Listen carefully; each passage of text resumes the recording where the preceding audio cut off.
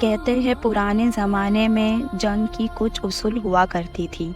کوئی بھی حالات میں پانی بند نہیں کیا جائے گا اور عورت بچوں کو کوئی نقصان نہیں پہنچائے گا، لیکن یا یزیدوں نے تو ساری حدیں پار کر دی، اور جب امام حسین نے صاف انکار کر دیا یزید کو خلیفہ ماننے سے، تب یزیدین فوج نے 6 محرم کو پانی بند کر دیا۔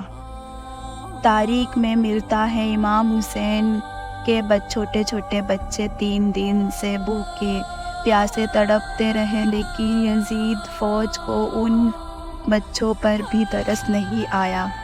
جب امام حسین کے 6 مہینے کے چھوٹے بچے علی اصغر پیاس سے تڑپ کر اپنے جھولے میں بے چین ہو رہے تھے، تب امام حسین نے اپنے بیٹے علی اصغر کو یزیدی فوج کے سامنے لے گئے اور کہا، اے چھوٹے بچے نے تمہارا کیا بگاڑا؟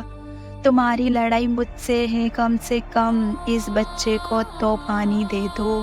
یہ بات سن کر یزیدین فوج میں شور مچ گئے اور کچھ سپاہی منہ چھپا کر رونے لگ گئے۔ تب اس میں سے ایک کمانڈر جس کا نام حرملہ تھا، اس نے 3 نوک والے تیر اس بچے کی طرف چھوڑ دیے۔ یہ تیر سیدھا علی اصغر کے گلے پر جا لگے۔ امام حسین کے چھوٹے بچے علی اصغر وہیں شہید ہو گئے۔ حضرت امام حسین کی جنگ ٹالنے کی کئی دن کوشش کے بعد یہ طے ہو گیا تھا، اب جنگ کرنی ہی پڑے گی۔ تب امام حسین نے 9 محرم اپنے 72 سپاہیوں کو اپنے خیمے میں جمع کیا اور چراغ کو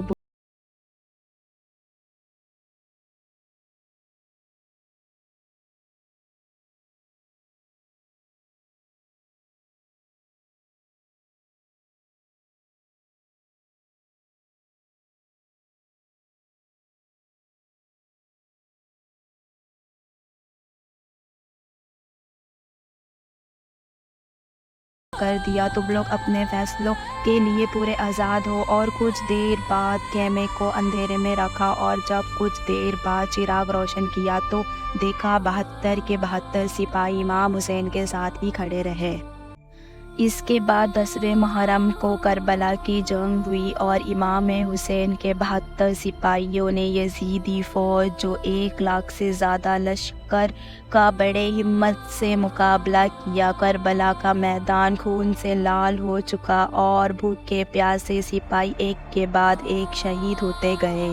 امام حسین کے بیٹے قاسم کو بھی شہید کر دیا گیا۔ امام حسین کے بھائی عباس علی کے بازو کو قلم کر دیا گیا اور کچھ دیر بعد عباس علی بھی شہید ہو گئے۔ کہتے ہیں امام حسین کے 72 سینک ایسے لڑے کہ لاکھوں کی فوج کو کئی بار میدان سے بھاگنا پڑا اور یزید 1000 سپاہی مارے گئے۔ آخر میں 72 ساتھیوں کے شہید کے بعد امام حسین کربلا میدان میں اکیلے کھڑے تھے، جن میں سے جو زندہ تھے کچھ عورت اور بچے، اور امام حسین کے بیمار بیٹے علی زین العابدین بھی بچے تھے۔ اکیلے امام حسین کربلا میدان میں اپنی تلوار ذوالفقار کے ساتھ آخری سانس تک لڑے، اپنے دین کی خاطر لڑے۔ تب شمر جب امام حسین کے گردن پر تلوار رکھتا ہے، تب وہ دیکھتا ہے کہ امام حسین کچھ کہہ رہے ہوتے ہیں۔ وہ سوچتا ہے امام حسین کے پورے خاندان کو شہید کیا تو وہ ضرور ہمیں بددعائیں دے رہے ہوں گے۔